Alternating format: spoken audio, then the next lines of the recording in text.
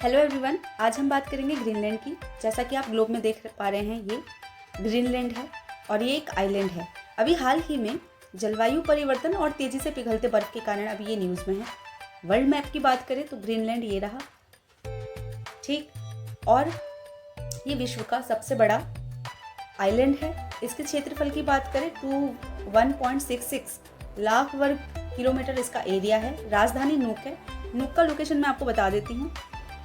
Nook यहाँ पर अवस्थित है और इसके पूरे टोटल पॉपुलेशन का 35% यहीं पर निवास करती है। जनसंख्या इसकी टोटल जनसंख्या 56,000 है।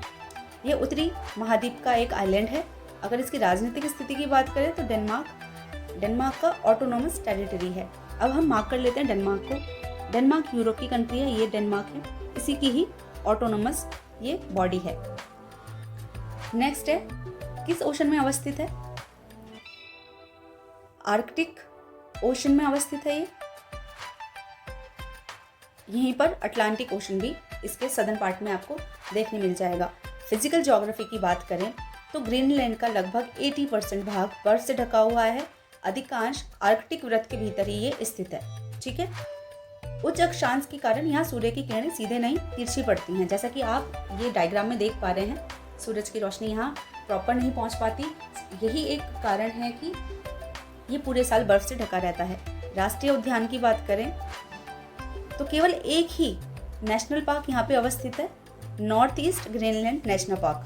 ये कहाँ पर लोकेटेड है तो मैं दिखा देती हूँ आपको। ये पूरा एरिया मैप में आप जो देख पा रहे हैं, ये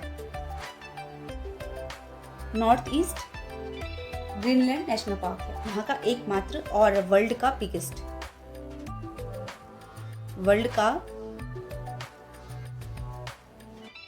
बिगेस्ट नेशनल पार्क भी है।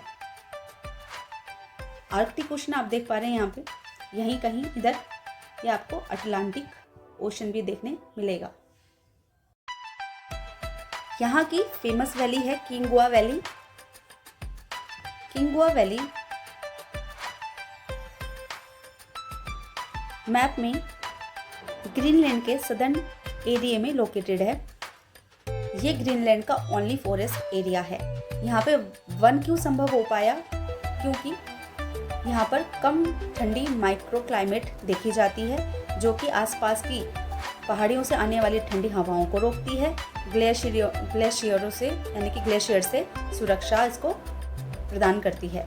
यहाँ पे किस तरीके की वनस्पति उगती है तो बर्च, विलो और एल्डर वनस्पति यहाँ उगती है। साथ ही साथ अगर हम यहाँ की इम्पॉर्टेंट इकोनॉमी की बात करें, इकोनॉमिक सोर्स की बात करें तो फिशरी यहाँ का मुख्य उद्योग है।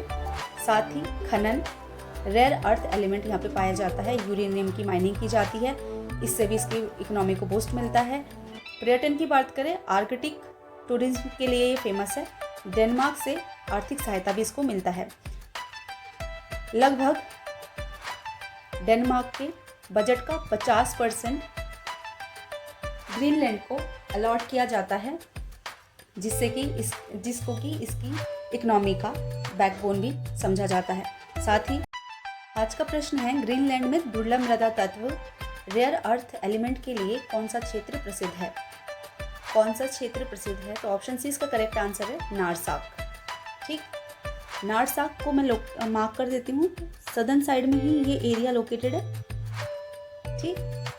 अब हम कुछ इंपॉर्टेंट फैक्ट देख लेते हैं जो कि एग्जाम्स में पूछे गए हैं और आगे भी पूछे जाने के चांसेस हैं। मैं वेस्ट साइड से स्टार्ट करती हूँ, कुछ स्ट्रेट और यहाँ पर बेस देख लेते हैं। मैं लोकेशन वाइज लिख रही हूँ। बैफिन बे है। थोड़ा सा अगर आप नीचे जाएंगे तो डेविस स्ट्रेट मिलेगा आपको। डेविस स्ट्रेट कनाडा को ग्रीनलैंड से अलग करता है। साथ ही आप थोड़ा और नीचे जाएंगे तो यहाँ पर आपको लैब्राडोर सी देखने को मिलेगा। लैब्राडोर सी। अगर कोई आपसे पूछे डेनमार्क स्टेट कहाँ है तो डेफिनेटली आप यूरोप पहुंच जाओगे, लेकिन नहीं। यहाँ पर पेन का कलर चेंज कर रही हूँ मैं। ये है आपका डेनमार्क स्ट्रेट, जो कि ग्रीनलैंड को आइसलैंड से अलग करता है। आई होप कि ये लेक्चर आपके लिए बहुत यूज़फुल है।